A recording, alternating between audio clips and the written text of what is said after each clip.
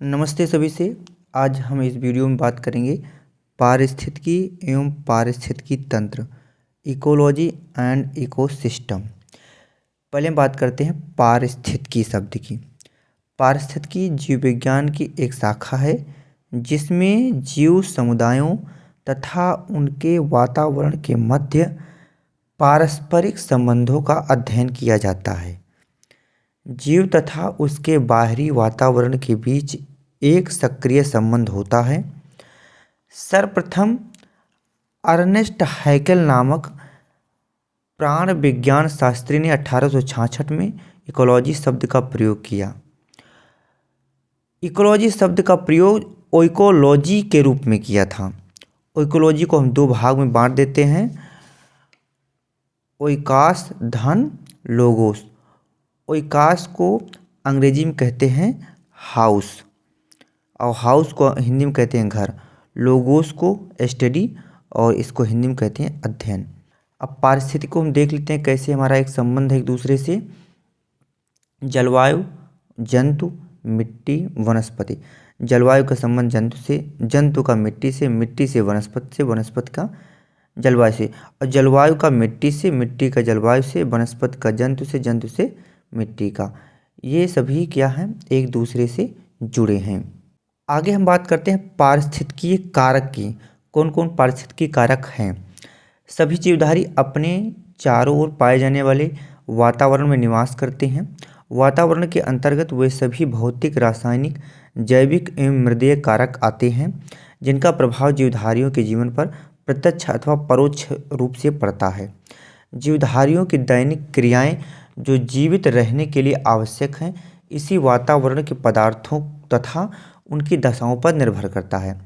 कौन कौन सी पारिस्थितिकीय कारक हैं उसको हम जान लेते हैं। नंबर 1 है हमारा जलवायु। जलवायु के अंतर्गत है प्रकाश, तापमान, जल, वर्षा, वायुमंडलीय नमी, वायुमंडल की गैसें, वायु गति। स्थलाकृति में हमारी है ऊंचाई, ढलान, खुला क्षेत्र। मृदा में हमारा है खनिज पदार्थ, कार्बनिक पदार्थ, शैवाल, मृदा जल, मृदा वायु, मृदा जीव, मृदा अभिक्रिया। हमारा जैव कारक में है जीवाणु, कवक, सूक्ष्म जीव, चरने वाले जीव, कीटभक्षी पौधे, मृतोपजीवी आते हैं। अब आगे हम बात करते हैं पारिस्थितिकी तंत्र की, इकोसिस्टम की। पारिस्थितिकी तंत्र, इकोसिस्टम शब्द का सर्वप्रथम प्रयोग एजी टांसले नामक वैज्ञानिक ने सन 1935 में किया था। किसी भी स्थान के जीवीय समुदाय के जीवों तथा उनके चारों ओर पाए जाने वाले अजीवीय वातावरण में पारस्परिक संबंध होता है और ये दोनों एक दूसरे पर प्रभाव डालते हैं। सामान्य रूप से जीवमंडल के सभी संघटकों के समूह जो पारस्परिक क्रिया में सम्मिलित होते हैं उसे पारिस्थितिकी तंत्र कहते हैं। पारिस्थितिकी तंत्र के घटक कौन कौन से हैं ये देख लेते हैं। जीवीय घटक और अजीवीय घटक दो भाग में बांट देते हैं। जीवीय घटक में उत्पादक, उपभोक्ता। उपभोक्ता 3 प्रकार से हैं, प्राथमिक, द्वितीयक, तृतीयक, और एक प्रकार से उच्च भी मान लेते हैं। और उसके बाद तीसरा है हमारा अपघटनकर्ता। अजीवीय घटक में कौन कौन से हैं? अकार्बनिक, कार्बनिक और भौतिक। अकार्बनिक में है जल, लवण, वायु की गैसें। कार्बनिक में है प्रोटीन, कार्बोहाइड्रेट, वसा। भौतिक में है प्रकाश, हवा, ताप और विद्युत आते हैं। आगे हम इसी पारिस्थितिकी तंत्र के घटक को हम पूरा विधिवत पढ़ लेते हैं। पारिस्थितिकी तंत्र में 2 प्रमुख घटक होते हैं, एक है जैविक, एक है अजैविक। पहले देख लेते हैं जैविक घटक। पारिस्थितिकी तंत्र के जैविक घटक मुख्य 3 हैं। नंबर 1 है इसमें उत्पादक। इसके अंतर्गत हरे पेड़ पौधे, कुछ जीवाणु व शैवाल आते हैं जो सूर्य के प्रकाश की उपस्थिति में सरल अजैविक तत्वों से अपना भोजन बनाते हैं। ऐसे जीव उत्पादक या स्वपोषी कहलाते हैं। उसके बाद है हमारा उपभोक्ता। इसके अंतर्गत वे जीवधारी आते हैं जो अपना भोजन प्राथमिक उत्पादकों अथवा अन्य जीवधारियों को खाकर प्राप्त करते हैं। सभी उपभोक्ता परपोषी होते हैं। उपभोक्ता 3 प्रकार के होते हैं। नंबर 1 है प्राथमिक उपभोक्ता।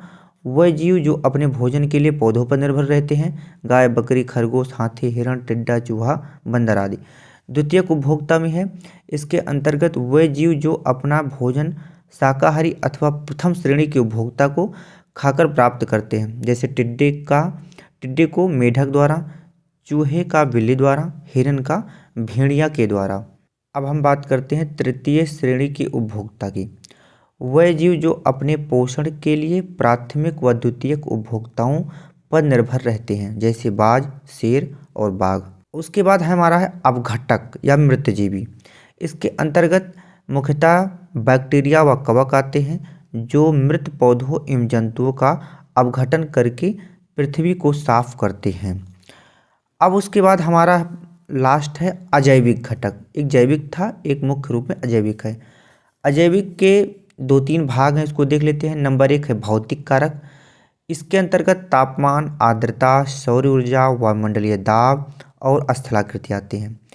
अकार्बनिक कारक में है जल, वायुमंडलीय गैस, मिट्टी, खनिज, चट्टान। और कार्बनिक जो हमारा लास्ट है, प्रोटीन, कार्बोहाइड्रेट, वसा। ये सभी क्या है, हमारे एक दूसरे के से परस्पर संबंध रखते हैं। ये हमारा यहाँ तक हमारा पारिस्थितिकी और पारिस्थितिकी तंत्र समाप्त होता है। अब मिलते हैं हम अगले वीडियो में।